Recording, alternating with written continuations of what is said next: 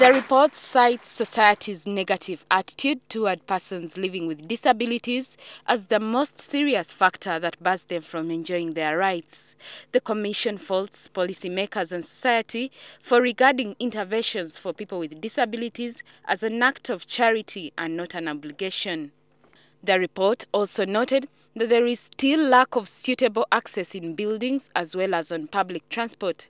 It also cites the lack of sign language interpreters for televisions and lack of newspapers in friendly formats.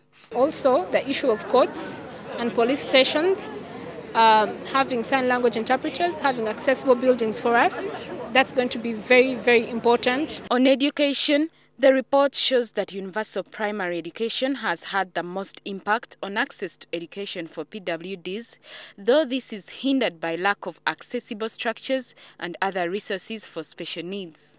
The report also noted that PWDs still suffer discrimination in the access of health services, justice and employment. It looked at some issues but others were left out. If we talk about health and we are looking at what issues are in health, they looked at generally on physical, but disability is cross-cutting and it's not about only physical accessibility that is affecting persons with disabilities in accessing health care. The report recommends that government should enforce all existing legislation regarding the rights of the disabled.